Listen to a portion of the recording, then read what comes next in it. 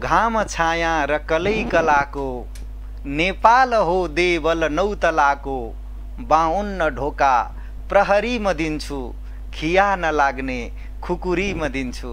नमस्कार, ओंकार टेलिभिजनबाट हरेक शनिबार प्रसारण हुने कार्यक्रम प्रमेय संवादमा आजको प्रमेय संवाद कार्यक्रमको यो श्रृङ्खलामा यहाँहरू सम्पूर्ण मेरा अतिथि महानुभावहरू सबैजनाको म हार्दिक स्वागत गर्न चाहन्छु।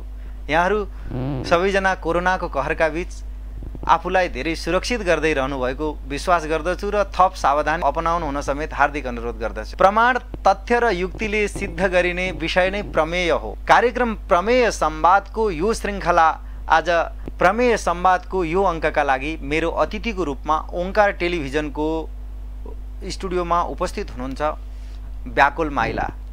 यहाँहरूले शब्दले धेरै कुरा अनुमान गरिसक्नु भएको छ। हाम्रो देशको राष्ट्रगानका सर्जक, सबै नेपालीहरूलाई सूत्रबद्ध रूपमा समेट्न सक्ने एकजना कुशल सर्जक जो व्याकुल माइला नामबाट परिचित हुनुहुन्छ, साहित्यिक नाम, तर उहाँको आफ्नो नाम प्रदीप राई, तर हामी धेरैजना उहाँलाई प्रदीप राई भन्दा बढी व्याकुल माइलाबाट सुन्दछौँ। सयौं थुङ्गा फुलका हामी जो हाम्रो राष्ट्रगानका सर्जकता उहाँ हुँदै हुनुहुन्छ, साथसाथै उहाँका धेरै गीतका एल्बमहरू प्रकाशित भएका छन्। डोबहरू, आफ्नै भाव आफ्नै परिवेश, यसै गरी खोजी हेर देशको माटो लगायतका धेरै प्रसिद्ध गीती एल्बमहरू उहाँका रहेका छन्। आज हामी राष्ट्रगानको सन्दर्भमा र अन्य यो राष्ट्रगानको सिर्जनाको सन्दर्भलाई उठाउनेछौँ। साथसाथै उहाँसँग साहित्यिक उहाँको लेखनलाई पनि जोड्नेछौँ। साथसाथै एकजना साहित्यकार आज नेपाली समाजमा आफूलाई कहाँनिर प्राप्त गर्दछ लगायतका विषयहरूमा केन्द्रित भएर हामी आज उहाँसँग संवाद गर्नेछौँ।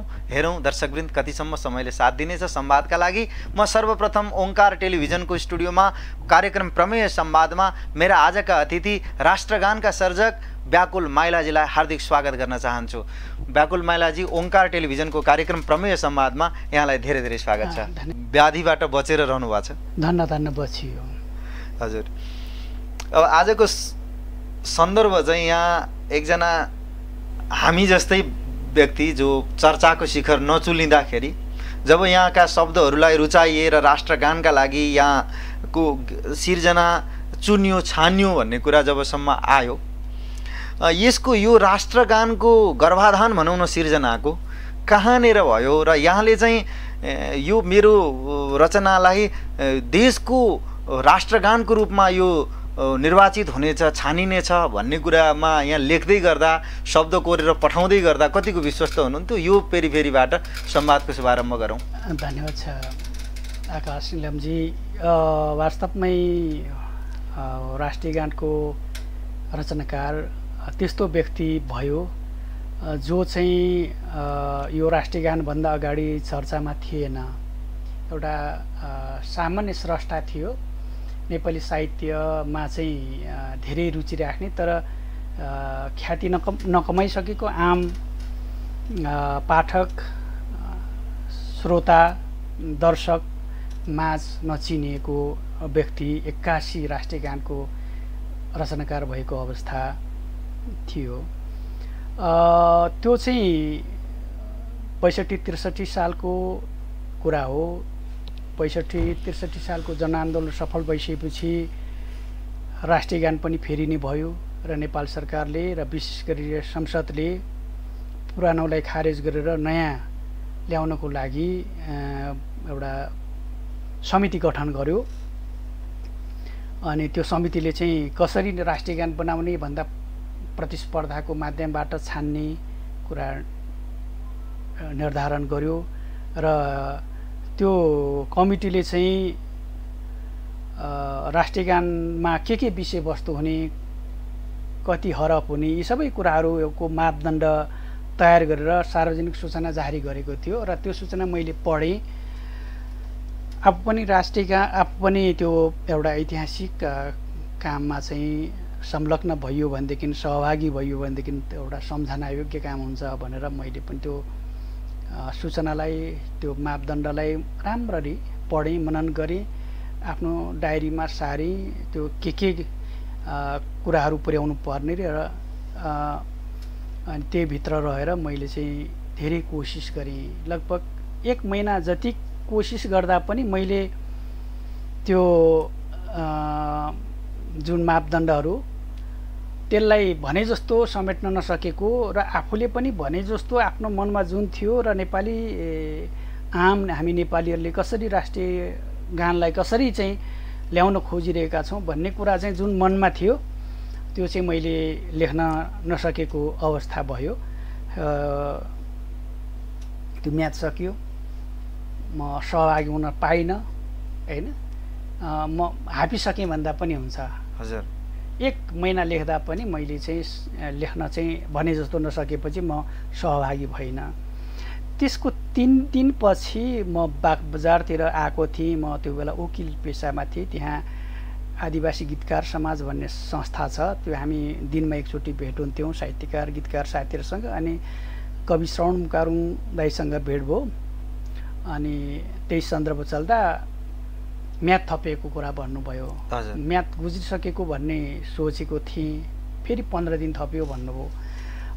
त्यो 15 दिनको समयलाई फेरि मैले चाहिँ त्यो जुन पहिला लेख्दा लेख्दै मैले थाती राखेको जुन एउटा काम थियो त्यसलाई फेरि निरन्तरता दिएँ र नभन्दै संयोथुङ्गा फुलका हामी एउटै माला नेपाली सार्वभौमै फैलिएका मेची महाकाली भन्ने 2 लाइन जो बन्यो। म उन्ता दिनमा चाहिँ म 15-20 पेजै जस्तो चाहिँ अभ्यास गरिरहन्थेँ। तर यी मन छुने यी चाहिँ राष्ट्रिय भावनाको चाहिँ कुराहरू अथवा चाहिँ राष्ट्रिय गानको लागि उपयुक्त हरफहरू चाहिँ नफोरेको थियो। त्यो यति फोरेपछि बल्ल भने जस्तो चाहिँ भयो भन्ने लागेपछि बाँकी 1 हप्ताको समयमा त्यसलाई चाहिँ परिष्कार गरेर मैले चाहिँ कार्यदललाई, त्यो बेला कार्यदलको चाहिँ सचिवालय चाहिँ नेपाल प्रज्ञा प्रतिष्ठानमा थियो, त्यहाँ लगेर 4-5 बजीतिर अन्तिम समयतिर मैले बुझाएँ। पाण्डुलिपि बुझाउनु भयो? हजुर, लिखित बुझाउनु भयो। हजुर हजुर। मेरा प्रिय दर्शक महानुभावहरू, आज कार्यक्रम प्रमेय संवादको 19औं श्रृङ्खलामा हामी राष्ट्रगानका सर्जक एकजना कुशल साहित्यकार व्याकुल माइलासँग छौँ। उहाँको राष्ट्रगान अलावा पनि केही गीतहरू छन् जो यहाँहरूलाई हामी देखाउन गइरहेको छौँ। यहाँहरूलाई हामी राष्ट्रगान लगायतका उहाँका केही थोरै सिर्जनाहरू संक्षेपमा यहाँहरूलाई हामीले देखायौँ र यहाँहरू धेरै पनि विदित हुनुहुन्छ कि व्याकुल माइला कुनै आजको साङ्गीतिक र एउटा सर्जनको दुनियाँमा नयाँ नाम होइन। म संवादलाई अगाडि बढाउन चाहन्छु मेरा दर्शक महानुभावहरू। यहाँले राष्ट्रगानको त्यो सिर्जनाको सन्दर्भ चाहिँ यहाँले राम्रोसँग उठाउनु भयो त्यस ढङ्गले भनेर। यसका शब्दहरू जसरी यहाँले लेखेर पठाउनु भएको थियो त्यसको प्रारम्भिक स्वरूप जस्तो थियो त्यो राष्ट्रगानको, अनि त्यसको त्यो कार्यदल जो थियो त्यसको छनौट समिति त्यसले अन्तिम स्वरूप दिँदाखेरि चाहिँ कतिको त्यसको फेरबदल संशोधन थियो अथवा यथावत थियो, केही शब्दहरू हटाइएका थिए, त्यसमा थोरै चर्चा गरौँ न। राम्रो। मैले बुझाइसकेपछि त्यसको गोपनीयतालाई कायम राख्दै म चुपचाप बसेँ। एकदमै अधीर अवस्था, एकदमै कहिले रिजल्ट आउला भन्ने चाहिँ पर्खिरहेको थिएँ। धुकधुकी चलिरहेको थियो। एउटा अब निष्पक्ष एउटा जजमेन्ट भयो भनेदेखि टप 10 भित्र पर्छ भन्ने मलाई विश्वास थियो। नभन्दै चाहिँ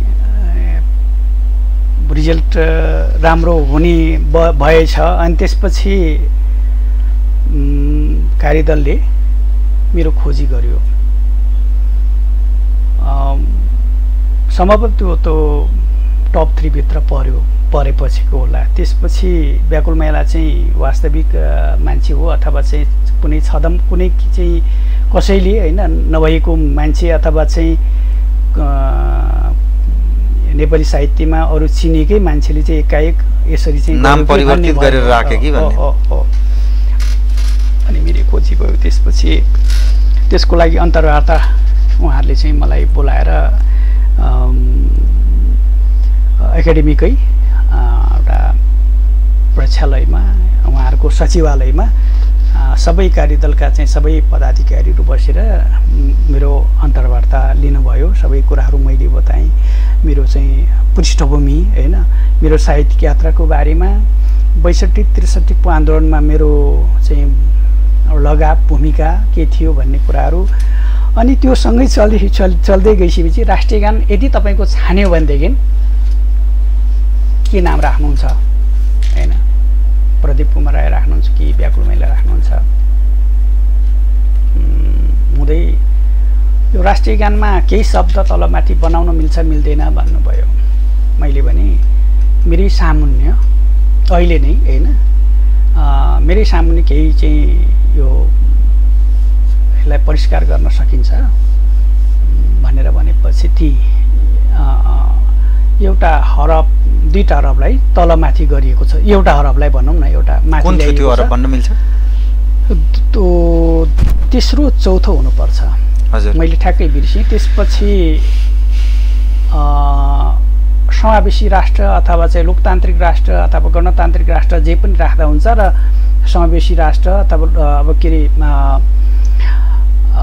सङ्घीय लोकतान्त्रिक गणतन्त्र नेपाल अथवा जे पनि राख्नुहुन्छ भनेर भन्ने उसमा अग्रगामी ती एउटा चाहिँ म त्यो वैकल्पिक मैले चाहिँ थुप्रै शब्दहरू राखेको थिएँ त्यो बेला चाहिँ अब देश कस्तो संरचनामा जाने भन्ने कुरा निर्कुल भइसकेको थिएन हैन संहिताको कुराहरू चाहिँ उठिरहेको भए पनि निर्कुल भइसकेको थिएन त्यसले गर्दा मैले चाहिँ त्यहाँ कन्डिसनल भन्छ त्यो चाहिँ एउटा चाहिँ वैकल्पिक किसिमको चाहिँ मैले त्यहाँ चाहिँ राखिदिएको थिएँ अप्सन राखिदिएको थिएँ अनि उहाँले भन्नुभयो समावेश चाहिँ माथि सुरुकै लाइनबाट चाहिँ आइसक्यो अहिलेको चाहिँ जुन जनआन्दोलनलाई चाहिँ को सेन्टिमेन्टलाई रिफ्लेक्ट गर्नको लागि चाहिँ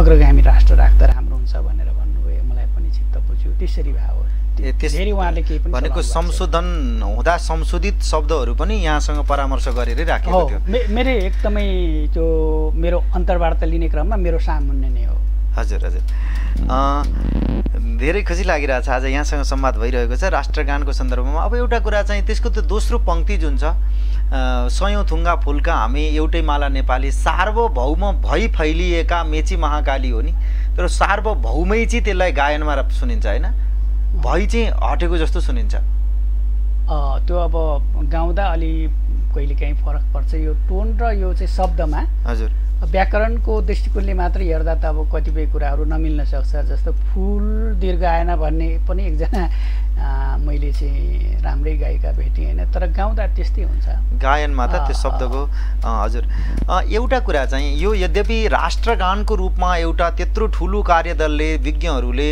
र यहाँ जस्तो एउटा कुशल सर्जकले रचना गरिसकेर सर्वमान्य भइसकेपछि त्यो विषयमा अन्य कोणबाट त प्रश्नहरू उठ्दैनन् तर एउटा कुरा जस्तो कि केही थरी व्यक्तिहरूको बुझाइ अलिकति थोरै वीर रस चाहिँ हामीहरूलाई पैदा गर्नको लागि या अलि शान्त रसमा शब्दहरू आए भन्ने एक थरीको रहन्छ यद्यपि राष्ट्रगानलाई लिएर यसका केही वैधानिक पाटाहरू पनि हुन्छन् यसलाई हामीहरूले प्रिय दर्शकहरू सकारात्मक ढङ्गबाट बुझौँ र यहाँले मेरो भाव बुझ्नुभयो कृपया हो यो कुराहरू उठेको पनि हो अब राष्ट्रिय गान चयन कार्यदलले देशको संस्कृति प्रकृति हैन यहाँको चाहिँ एउटा राष्ट्रियताको भावना जागृत गर्ने विषयवस्तु राख्नुपर्छ भन्ने कुरा विषयवस्तुमा राखेको थियो हैन जागरणमूलक हैन एउटा चेतनामूलक एउटा चाहिँ वीरता जगाउने खालको हुनुपर्छ भन्ने भन्दा पनि सबै जात जातिको नेपालीलाई एउटा सम्बोधन गर्ने राष्ट्रियताको चाहिँ मूलधारमा ल्याउने किसिमको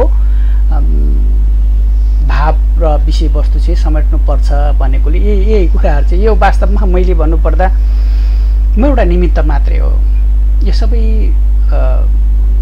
राज्यले गरेको काम हो हैन एउटा निमित्त हुने सौभाग्य पाएको मात्रै कस्तो बनाउने भन्ने कुरा त राज्यको चाहिँ एउटा आफैले चाहिँ एउटा संयन्त्र बनाएर निर्माण गरेको राष्ट्रिय गान हो र मैले पछि हेर्दा चाहिँ राष्ट्रिय गान जो प्रतियोगितामा सहभागी गीतहरू को किताब चाहिँ संस्कृति मन्त्रालयबाट निस्केको छ त्यसमा यी शब्दहरू कसैको पनि धेरै चाहिँ फरक छैन कि करिब करिब भाव जो मिलेर आछ त्यो शब्दहरूको छ अनि यो अलिकति शैली लय सरलताले गर्दा चाहिँ यो छानियो हैन सौभाग्य पाएँ म राष्ट्रिय गानको रचनाकार हुने र राष्ट्रिय गान चाहिँ राष्ट्रिय एकताको लागि हो। अनि यो चाहिँ यो दुःखमा सुखमा जतिखेर पनि अब गाउनु पर्ने बजाउनु पर्ने गीत भएकोले हैन, कुनै क्रान्ति कुनै चाहिँ लडाइँको बेलाको मात्रै गीत नभएर जतिखेरको पनि एउटा चाहिँ हरेक पल हरेक समय उपयुक्त हुने किसिमको चाहिँ राग भनौँ न हैन, चाहिँ राष्ट्रिय गानमा हुनुपर्ने हुँदा यो राष्ट्रिय गानमा त्यही कुराहरू चाहिँ हजुर धेरै राम्रो। यसका शब्दले व्यक्तिको हृदयमा स्पर्श गरेका छन् र यसले एउटा भावलाई पनि उत्तुङ्ग लवजबाट उठाएको। अब यसको विश्लेषण कहाँसम्म गर्ने, जो एउटा हामीसँग हाम्रो धुकधुकीमा रहेको गीत छ। थोरै प्रसङ्ग हामी यो राष्ट्रगान हो, अब हामी अलिकति प्रसङ्गलाई अन्यत्र थोरै जोडेँ मैले। आज यहाँले मैले अघि यहाँको सुरुमा भूमिकाका क्रममा पनि केही कुराहरू उठाएको थिएँ। अन्य पनि यहाँका धेरै प्रसिद्ध गीतहरू छन्, एल्बमका रूपमा आएका धेरै श्रोताहरूले रुचाएका गीतहरू पनि छन्। एउटा आज गीतहरू कालजयी बन्न कतिको सकिरहेका छन्, अथवा भनौँ कालजयी गीतहरू आज हाम्रो नेपाली भाषामा कतिको रचना गर्न सकिरहेका छन् अन्य सर्जकहरूले अन्य गीतहरू, र यहाँले पनि त्यही किताबमा उभ्याएर हेर्दाखेरि लेखकहरू कालजयी गीत पस्किन कतिको सफल भइरहेका छन् आजको परिवेशमा? निकै जटिल प्रश्न सोध्नुभयो है। तुलनात्मक रूपले भन्नुपर्ने हुन्छ। हाम्रो पुस्ताभन्दा अगाडिका पुस्ताहरू र अहिलेको पुस्ताहरू र हामीभन्दा पनि नयाँ पुस्ताहरू जो हुनुहुन्छ, यो तुलना गरेर हेर्ने हो भनेदेखि गीत लेख्ने त्यसको चाहिँ गीतको चाहिँ सम्पूर्ण कुराहरू प्याराडाइम भनौँ न हैन, गीतको बुझाइ, गीत सुन्ने तरिका, श्रोताहरूको रुचि, यो विज्ञान प्रविधिको विकास, यी सबै कुराहरूले आमूल परिवर्तन भइसकेको छ। हेर्नुहोस् है, हुन चाहिँ सदाबहार गीतहरू अब अहिले पनि उत्तिकै मन पराइन्छ, तर त्यो लेख्ने हामीसँग कता कता धैर्यता नभएको हो कि हैन, अथवा हामीसँग कता कता चाहिँ अध्ययन र चाहिँ चिन्तन मनन गर्ने अथवा गीतलाई बुझ्न सक्ने, गहिराइसम्म पुगेर बुझ्न सक्ने अहिले पछिल्लो चरणमा हामीसँग चाहिँ एउटा क्षमताको कमी छ कि, दर्शक श्रोताहरूसँग समयको अभाव छ कि हैन, यति धेरै एउटा व्यावसायिकता आयो, एकदमै मान्छेलाई छोइहाल्ने खालको गीतहरू मात्रै अहिले चाहिँ बढी प्रचलनमा छ हैन। त्यसले गर्दा गीतहरू राम्रा छन्, समय सापेक्ष नयाँ गीतहरू राम्रा छन्, तर अघिल्लो पुस्ताले जसरी गहन किसिमले गम्भीर किसिमले जीवन जगतलाई चाहिँ एउटा चाहिँ प्रतिबिम्बित गर्ने खालको मान्छेको चाहिँ दुःख सुखलाई चाहिँ एकदमै समेट्ने खालको एकदमै कलात्मक एकदमै उपमाहरू दिएर बिम्बहरू दिएर जसरी लेख्नु भएको छ, उत्कृष्ट किसिमको साहित्यिक उच्च कोटिको लेख्नु भएको छ, त्यो किसिमको चाहिँ अहिलेको लेखाइ छैन। हजुर, यहाँले थोरै सङ्केत पनि गर्नुभयो, त्यहीसँग जोडिएर मैले यहाँ आउने सङ्केत गरेर मैले आफ्नो पेजमा केही राखेको थिएँ अघि भर्खर यहाँसँग जहिले समय निश्चित भयो यहाँ हाम्रो आजको बसाइ हुन्छ भनेर। सैनिक आवासीय महाविद्यालय धरानमा एकजना बौद्धिक व्यक्ति त्यहाँ नेपाली भाषा शिक्षण गर्ने सहयात्री मधुसूदनजीले यहाँ सोध्नु भएको छ, यहाँले अघि त्यो सन्दर्भ थोरै जोड्नु पनि भयो। गीत लेखन चाहिँ धेरै व्यावसायिक भएको, शब्दलाई तौलिएर शब्दलाई बेच्ने हैन, र अहिलेको तत्काल उभार जुन आइरहेको छ त्यसलाई मात्रै प्रतिबिम्बित गर्न सक्ने खालका शब्दहरू पस्किदिने र पैसा लिने, शब्द बेच्ने काम अलि विकराल रूपमा भइरहेको हो कि कस्तो पाउनुहुन्छ यहाँले? एउटा सर्जकले आफ्नो लेखन धर्मितालाई कतिको बचाइरहेको छ? यो लेखन धर्मिता हाम्रो अब गीतकारको चाहिँ पहिलो कुरा चाहिँ गीत कस्तो बन्ने कुरा गीतकारको कुरा हो, तर गीत बनाउनमा गीतकारको मात्रै हात छैन हैन। यसमा त अब अघि भने अहिलेको चाहिँ नेपाली गीत सङ्गीत एउटा चाहिँ जुन मोडबाट अगाडि बढिरहेछ त्यो फरकबाट त्यो चाहिँ एकदमै इन्डस्ट्रियलाइज्ड भइसकेको छ कि यति धेरै गीत दिनमा चाहिँ लाग्छ हाम्रो चाहिँ हरेक चाहिँ टोल हरेक चाहिँ चोक हरेक उसमा चाहिँ हाम्रो चाहिँ रेकर्डिङ स्टुडियोहरू छन्, त्यहाँ चाहिँ 4-5वटा दिनमा चाहिँ रेकर्डिङ भइरहेको चाहिँ हुन्छ भनेपछि हजारको सङ्ख्यामा दिनमा चाहिँ गीत रेकर्डिङ भइरहेको होला हैन। मान्छेलाई यति धेरै गीत चाहिँ गाउने रहर हुन्छ, सङ्गीत गर्ने रहर हुन्छ, लेख्ने रहर हुन्छ, त्यो रहरको क्रममा चाहिँ त्यो आफैले चाहिँ खर्च गर्ने हैन, आफैले चाहिँ स्वर हाल्ने, आफैले सङ्गीत गर्ने गरेर चाहिँ आफ्नो रहर पुरा गर्ने क्रममा दिनदिनै गीत चाहिँ बनिरहेको छ। हेर्नुहोस् है, त्यसलाई हामीले त्यसको क्वालिटी म्यानेजमेन्ट गर्न सकिरहेका छैनौँ हैन। त्यसलाई चाहिँ मोनिटरिङ गर्ने, त्यसलाई चाहिँ स्ट्यान्डर्डाइज गर्नको लागि हाम्रो चाहिँ एउटा संयन्त्र बनिरहेको छैन।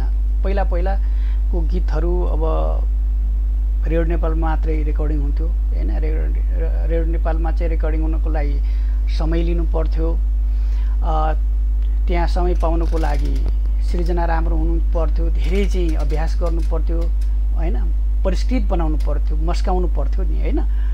अनि त्यसबाट आउने गीतहरू चाहिँ गुणस्तरीय हुन्थ्यो, थोरै भए पनि गुणस्तरीय हुन्थ्यो। तर अहिले चाहिँ त्यस्तो छैन। हेर्नुहोस् है, त्यसले गर्दा अब गीतकारले मात्रै चाहिँ राम्रो गीत, म राष्ट्रिय गानको रचनाकार भएको नाताले म एउटा गीतकार भएँ हैन, म राम्रो लेख्छु भनौँला हैन, तर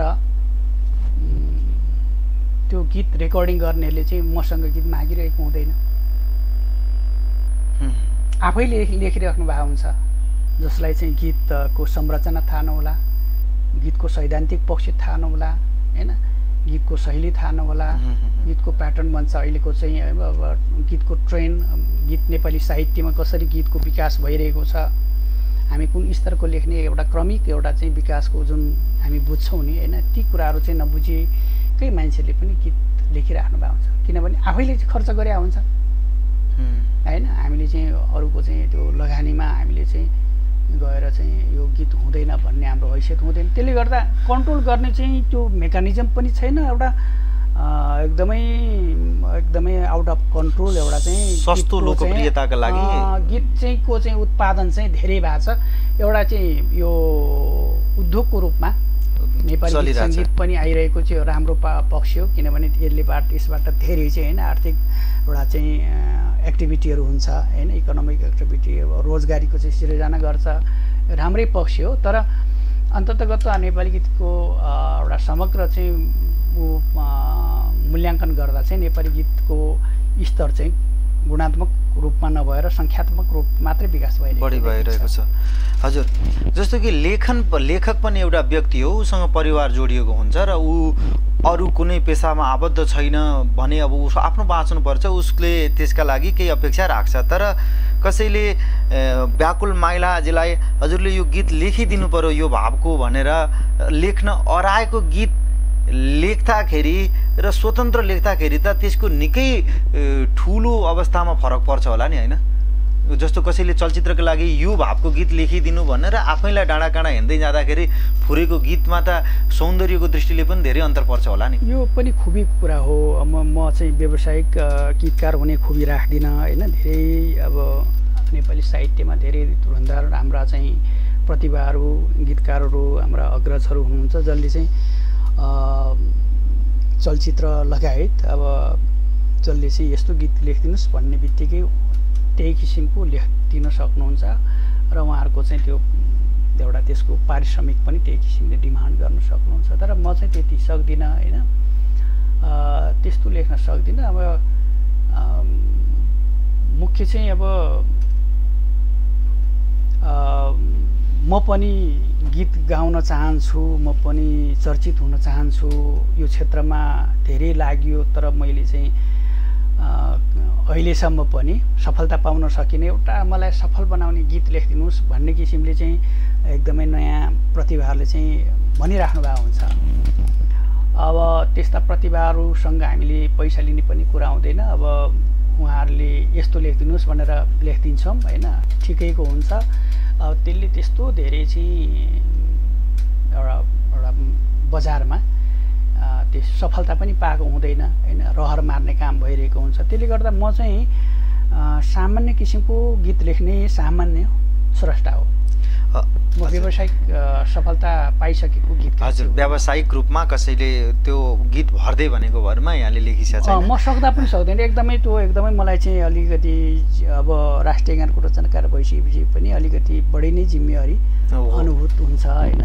त्यो विरासतलाई जस्तै मैले यहाँसँग संवाद जोड्दै थिएँ कि जस्तो कि यहाँले कविताहरू पनि लेखिन्छ। मैले कविता चाहिँ एक दुईवटा म शास्त्रीमा पढ्थेँ, संस्कृततर्फ ब्याचलर पढ्थेँ, त्यतिखेर यहाँको मैले एउटा पङ्क्ति यादै गरेको थिएँ, त्यो यसले मन परेर जो सन्दर्भ हुन्छ यहाँको उसको लागि पनि, त्यो बाँध भत्किएर भेल उर्लिएको बेला किनारमा बसेर बल्छी खेल्न नखोज, नत्र भेलसँगै बगिनु पर्ला अनि घाटको मसान भनेर चिनिनु पर्ला भन्ने पङ्क्ति थियो, बडो सुन्दर थियो। जस्तो प्रकारले यो लेखनमा चाहिँ गीत लेख्दाखेरि अपनाउनु पर्ने सावधानी र कविता लेख्दाखेरि, काव्य लेख्दाखेरिमा यहाँले सहज महसुस कहाँ गर्नुहुन्छ? गीतमा कठिनाइ हुन्छ कि काव्यमा हुन्छ? गीतमा चाहिँ अलिकति कोमलता हुनु पर्यो। हजुर। काव्यमा चाहिँ, कवितामा चाहिँ अलिकति विचारलाई चाहिँ हामी बढी जोड दिएका हुन्छौँ होइन।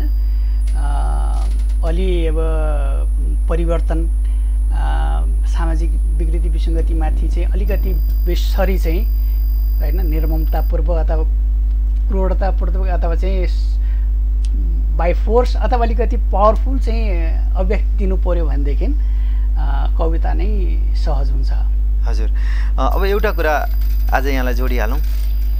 जस्तै गीत रचनामा भनौँ न, अथवा हामीले व्यापक सुन्दछौँ के, जस्तै चलचित्रको संवाद लेखनमा भले यहाँले त्यो विधामा होइछन्, तर सिर्जना चोरी हुने, एक त अन्य अरू गीतहरूबाट, अरू गजलहरूबाट शब्द लाएर त्यो भावलाई, पङ्क्तिलाई अलिअलि मात्रै फेरबदल गरेर लिने, काहीँ चाहिँ अन्य भाषाको गीतलाई अनुवाद गरिदिने, आफ्नो उसमा गर्ने, यो प्रचलन चाहिँ हामीमा पनि व्यापक छ, मिडियामा पनि त्यो बग्रल्दै आइरहन्छ, भरमार नै आइरहन्छ। यो चाहिँ के बताउनुहुन्छ यहाँले? जस्तै सिर्जनाको चोरी यो रोक्नको लागि अथवा हाम्रा आवश्यक पहल छन् कि छैनन्, आउँछ केही समय ऊ सर्जक छल्लिन्छ, फेरि उसले आफ्नो व्यवसाय गरि नै रहेको हुन्छ, यसमा यहाँको अनुभव के बताउनुहुन्छ? बडो चाहिँ यो चाहिँ एउटा मोरल कुरा हो, नैतिकताको कुरा हो। एउटा सर्जक भनेको सृजना गर्ने कुरा हो। नयाँ कुरा दिन सक्नु नै सर्जकको चाहिँ धर्म हो नि त होइन। जसले आफ्नो धर्म बुझेका छैनन्, अब त्यसलाई भन्न सकिन्छ के र होइन।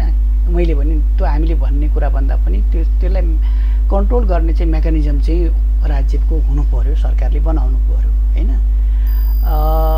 यो किसिमको प्रवृत्ति छ। यद्यपि कतिपय कुराहरू चाहिँ के छ भन्नुहुन्छ भने, हामीले जान्ने भनेको पढेरै हो, किताब पढेरै हो होइन, कविता पढेरै हो, गीत सुनेरै हो होइन। गीत सुन्दा सुन्दै त्यो पुराना गीतहरूको प्रभावले पनि त्यस्तै आउन सक्छ। अब किताब लेख्ने क्रममा पुरानो पढ्दा पढ्दै त्यो प्रभाव पनि आउन सक्छ होइन। ती प्रभावबाट चाहिँ अनेस्टली होइन स्रष्टा चाहिँ बत्ने कोसिस गर्नुपर्छ। तर त्यो नगरिकन नियतवश चाहिँ होइन लेखक हुने क्रममा, बहानामा होइन, रहरमा अथवा चाहिँ गीतकार हुने चाहिँ रहरमा चाहिँ उसले कसैको चाहिँ लिन्छ भनेदेखि त्यो चाहिँ उसको नैतिक पक्षभन्दा अलिकति फरक कुरा हो।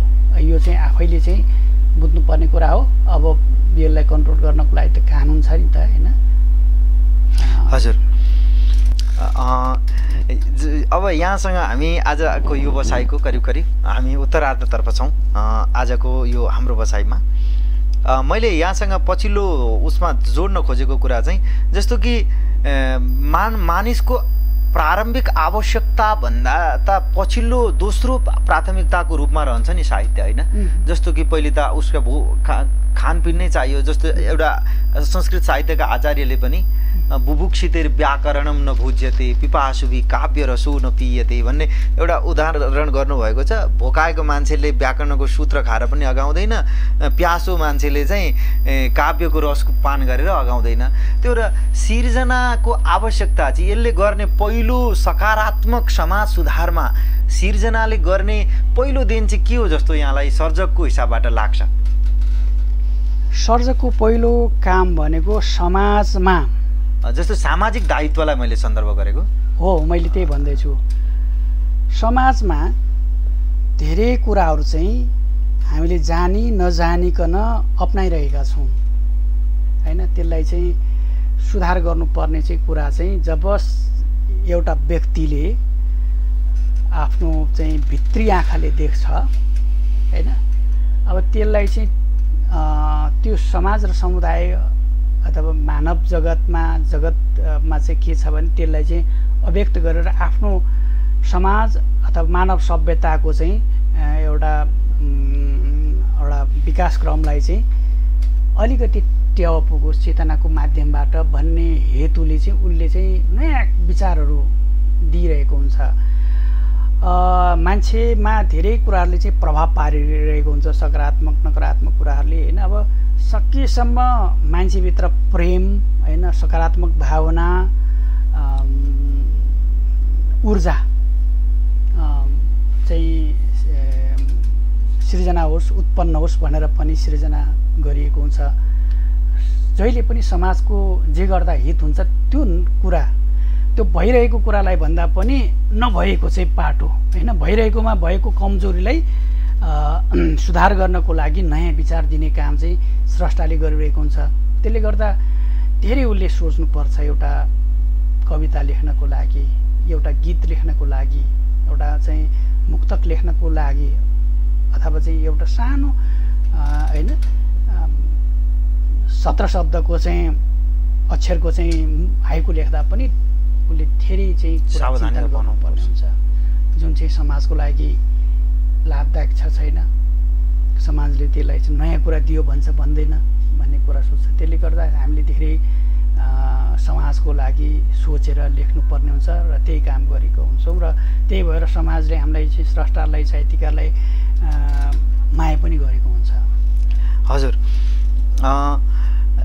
यसमा अहिले हामीलाई यही कुरालाई हामी चाहिँ जोड्दै जस्तो कि समाजप्रति लेखकको दायित्व अवश्य हुन्छ समाजको सुधारका लागि मानव मन पगाल्नको लागि उसलाई सत् चरित्रको बनाउनको लागि हुन्छ तर यदाकदा सुनिन्छ नि हाम्रो सामाजिक जुन अलिकति विसङ्गति भनौँ जे भनौँ जातीयताको दृष्टिकोणबाट होस् भर्खरै पनि हामीले एउटा घटना सामना गरेका छौँ यहाँले सम्झनु भयो होला यी कुराहरूमा चाहिँ त्यो जति लेखे पनि जति साहित्यकारले त्यसमा जतिसुकै आफूलाई परिचालित गरे पनि किन शिक्षित व्यक्तिहरूबाटै पढे लेखेकै मान्छेहरूबाटै अथवा त्यही क्षेत्रको उच्चतम विभाग सम्हालेकैहरूबाट त्यो प्रकृतिका एउटा व्यक्तिलाई कित्ता काट गरेर आउने हैन अस्ति भर्खरै यहाँ हाम्रो रूपा सुनवारको जुन प्रकरण बन्यो यहाँ विज्ञ हुनुहुन्छ त्यो चिजहरूलाई चाहिँ हामीले जति गरे पनि समाजमा चाहिँ त्यसको छाप कम पर्ने रहेछ कि अथवा साहित्य पढेकै किताब पढेकै काव्य कथा पढेकै व्यक्तिहरू पनि त्यस प्रकृतिको एउटा तुच्छ काममा कसरी प्रवृत्त हुन्छन् होला के लाग्छ यहाँलाई यो हाम्रो नेपाली समाजको एउटा कलङ्ककै रूपमा रहेको यो एउटा जातीय छुटछुटको जुन समस्या छ यो गलत हो भन्ने कुरा हामी सबैले बुझेकै छौँ हैन कानुन पनि बनेको छ तर समाजमा चलिरहेको एउटा परम्परा मूल्य मान्यता संस्कार छ नि सामाजिक तहमा राजनीतिक तहमा यो छैन हैन ऐन कानुन बनेको छ राज्यको नीति छैन कि कसैलाई विभेद गरौँ भन्ने तर सामाजिक तहमा भएको विभिन्न किसिमको हाम्रो कुरीति एउटा चाहिँ एउटा परम्परा छ त्यसलाई हामीले राम्ररी चिर्न सकेका छैनौँ त्यसलाई जित्न सकेका छैनौँ हैन अझै पनि हामी धर्मको नाममा त्यस्तो कर्मकाण्डीय प्रवृत्तिलाई चाहिँ अझै पनि अपनाइरहेका छौँ आत्मसात गरिरहेका छौँ त्यसलाई हामीले चाहिँ छिचोल्न सकेका छैनौँ हैन त्योभन्दा माथि उठ्न सकेका छैनौँ त्यो हाम्रो समस्या हो त्यो शिक्षाको विकास सँगसँगै बिस्तारै हुन्छ पछि हुन्छ तर अहिले चाहिँ अहिलेको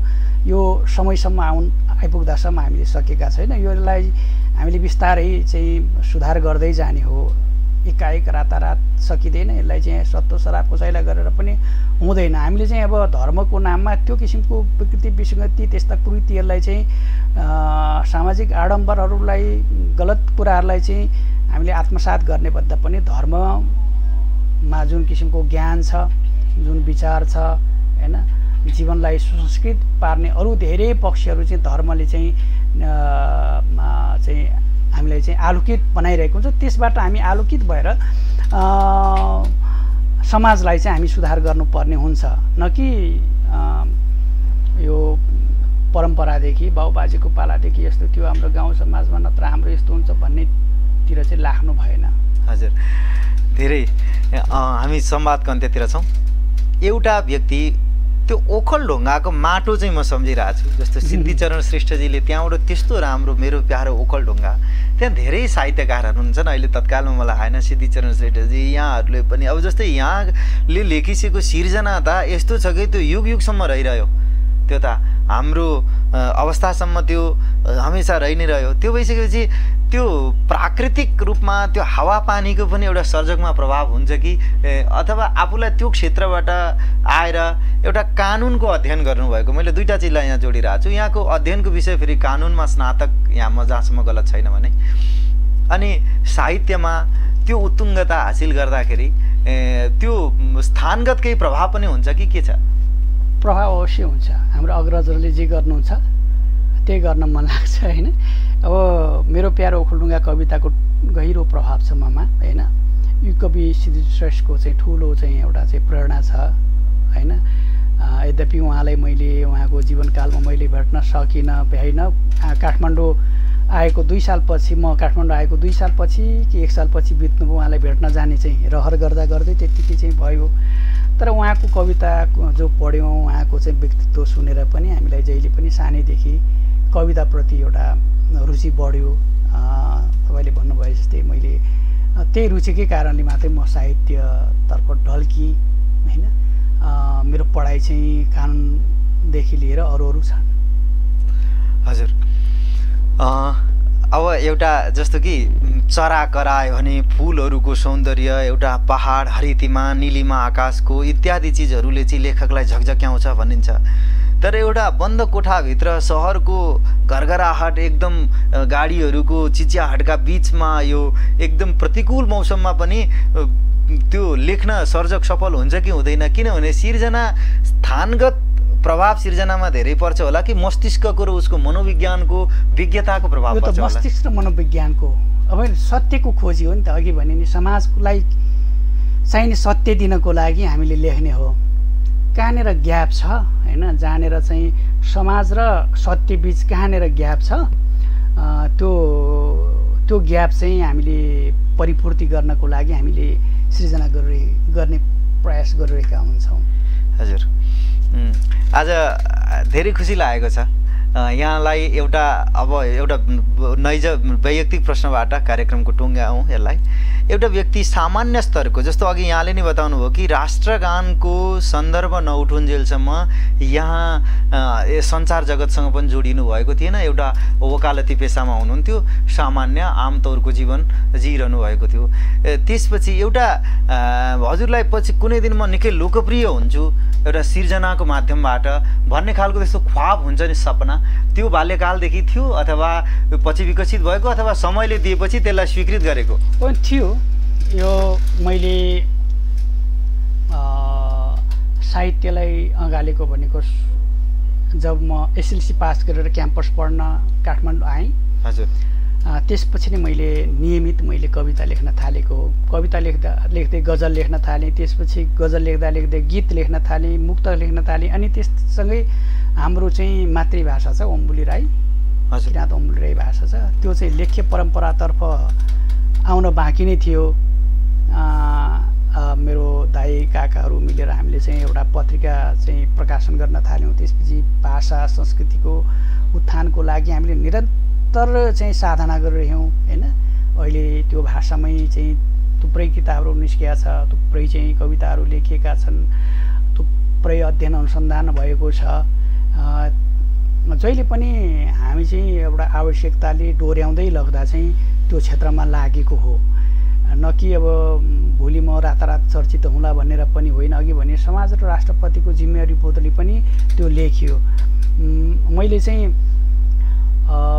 व्याकुल महिला नाम चाहिँ यसकारण राखेँ कि म जीवनमा अरू जेसुकै गरौँला होइन आफ्नो जीवनयापनको क्रममा, तर साहित्य चाहिँ मेरो जीवनको मूल बाटो हो भनेर मैले कहिले पनि साहित्यलाई चाहिँ पलभर पनि मैले चाहिँ कहिले पनि मैले छोड्नु भएन।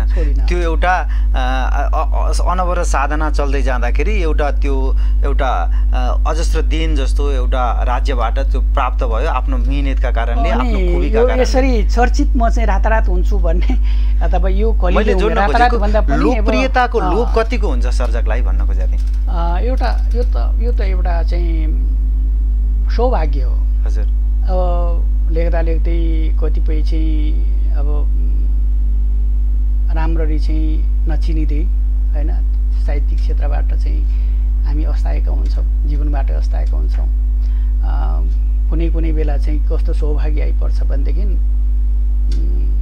सोचेभन्दा अगाडि नै होइन सोचेभन्दा बढी एउटा चाहिँ लोकप्रियता चिनिने सौभाग्य प्राप्त हुन्छ। मलाई त्यही हो, म यति चाँडै मेरो जीवनमा म राष्ट्रको लागि के गर्छु भन्ने म सानैदेखि मेरो चाहिँ एउटा प्रण हो।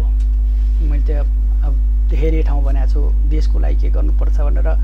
4 कक्षा पढ्दा माटो छोएर कसम खाएको मान्छे हो म। देशको लागि होइन देशको लागि बाँच्छु होइन कमाउन विदेश जान्न भनेर कसम खाएको 4 कक्षा पढ्दाको एउटा बच्चा होइन देशको लागि म के गर्छु भन्ने भावना पहिल्यैदेखि थियो र मेरो जीवनै राष्ट्रको लागि, समाजको लागि, देशको लागि नै हो। तर यति चाँडै म यसरी सिङ्गो देशको चाहिँ माया पाउँछु, राष्ट्रको माया पाउँछु, चिनिने सौभाग्य पाउँछु भन्नेको चाहिँ मैले चाहिँ यति चाँडै सोचेको चाहिँ थिएन। अन्त्यमा यहाँलाई आज हाम्रो यो ओंकार टेलिभिजनबाट प्रसारण हुने जुन कार्यक्रम छ प्रमेय संवाद, यसमा आज अन्तिममा मैले प्रश्नमा छुटाएका अथवा यसले यो विषय उठाइदिएदेखि भन्नुहुन्थ्यो कता कता बरालिरहेछ भन्ने त्यस्तो कुनै यहाँलाई भन्न लागेका हाम्रा आदरणीय दर्शकहरूलाई केही त्यस्ता विषय छन् भनेदेखि कृपया। आकाश निलमजीलाई धन्यवाद छ, मलाई सम्झिनु भयो। यो पछिल्लो यो जुन महामारीको कारणले मैले धेरै मेरो सार्वजनिकदेखि लिएर यस्तो चाहिँ सञ्चार माध्यममा आउने काम पनि मैले चाहिँ अलिकति कमै गरेको होइन। यो क्रममा पनि मैले यहाँको चाहिँ यहाँको चाहिँ मैले प्रस्तावलाई मैले चाहिँ अस्वीकार गर्न सकिनँ, सम्झिनुभयो, धन्यवाद छ। सम्पूर्ण आदरणीय श्रोताहरूलाई, दर्शकहरूलाई धन्यवाद छ, नमस्कार छ। र अझै पनि अब यो महामारी होइन राम्ररी सकिएको छैन। हामी अझै पनि बचेर एकदमै जोगिएर बसौँ। बिस्तारै हाम्रो जनजीवन सामान्यतातर्फ उन्मुख भइरहेको छ र पनि हामीले चाहिँ आफ्नो सुरक्षाको लागि, आफ्नो स्वास्थ्यको लागि हामी आफैले चाहिँ ध्यान दिनुपर्छ, यही म निवेदन गर्न चाहन्छु। यहाँलाई पनि यो छोटो समयमा जुन यहाँसँग बिहान कुरा भयो त्यसमा यो हार्दिकताका साथ यहाँले यो प्रतिकूल मौसम पनि थियो अलिकति, यो सबैलाई नगरिकन यहाँसँग मेरो आज पहिलोचोटि कुरा पनि भएको थियो। एकचोटि कुनै कार्यक्रममा भेटची भएको थियो तर यसरी बोल्न अवसर मिलेको थिएन। यहाँले जुन सद्भाव, स्नेह र आफ्नो अमूल्य समय दिएर हाम्रो यो कार्यक्रममा जुन आउनुभयो, यो सद्भावका लागि र स्नेहका लागि ओंकार टेलिभिजन परिवार एवं यो कार्यक्रम प्रमेय संवादको तर्फबाट यहाँलाई धेरै धेरै धन्यवाद। धन्यवाद छ। मेरा प्रिय दर्शक महानुभावहरू, आज कार्यक्रम प्रमेय संवादको 19औं श्रृङ्खलामा राष्ट्रगानका सर्जक एवं एकजना कुशल साहित्यकार, गीतका रचनाकार र राष्ट्रगानकै मैले उल्लेख गरेँ रचनाकार व्याकुल माइला, जो आफ्नो वास्तविक नाम प्रदीप राई र साहित्यिक नाम व्याकुल माइलाबाट परिचित हुनुहुन्छ। हामी सबैले उहाँका शब्दहरू सुनेका छौँ। राष्ट्रगानलाई मात्रै नलिकन अन्य सर्जनहरूमा पनि उहाँ धेरै उत्तुङ्गतालाई प्राप्त गर्नुभएको, एउटा शिखरमा पुग्नुभएको एकजना लेखक, सर्जक भन्न सकिन्छ उहाँलाई। उहाँसँग हामीहरूले नेपाली गीत लेखन परम्परा, राष्ट्रगानको सन्दर्भ लगायतका विभिन्न कुराहरूमा छरिँदै आज चर्चा र संवाद गऱ्यौँ। मलाई लागेको छ यहाँहरू सबैजनाले यो कार्यक्रम हेर्नुहुनेछ र कार्यक्रम निरन्तर रूपमा यहाँहरूको जुन सद्भाव मिलिरहेको छ, आफूलाई केही लागेका र यो कार्यक्रममा यस्तो भइदियो हुन्थ्यो भन्ने यहाँहरूलाई लागेको छ भने त्यसलाई पनि हाम्रो कमेन्टमा यहाँहरू लेख्नुहुनेछ। यो कार्यक्रम शनिबार 7:30 बजे प्रसारण हुने गर्दछ। प्रमेय संवाद कार्यक्रमलाई फेसबुक, युट्युब, इन्स्टा लगायतका सामाजिक सञ्जालबाट पनि प्रत्यक्ष रूपमा र पछि पनि यहाँहरूले यथाअनुकूल हेर्न सक्नुहुनेछ। यिनै उद्घोषका साथ कोरोनाको कहरमा यहाँहरूले आफूलाई सुरक्षित राख्नुहोला। मास्क, सेनिटाइजर लगायतका उपकरणहरू, त्यसका आवश्यक चिजहरूलाई अवलम्बन गर्दै, त्यसको प्रयोग गर्दै गर्दै आफूलाई यो व्याधिबाट बचाउनु पनि हुनेछ। त्यसका लागि सजग र सावधान रहँदै आफ्नो काममा तल्लीन हुनु न म हार्दिक अनुरोध गर्दै आजको यो श्रृङ्खला यही टुङ्ग्याउन गइरहेको छु। प्रस्तुता आकाश नीलम गोविन्द। यहाँहरू सबैको भलाइ होस्। नमस्कार, धन्यवाद।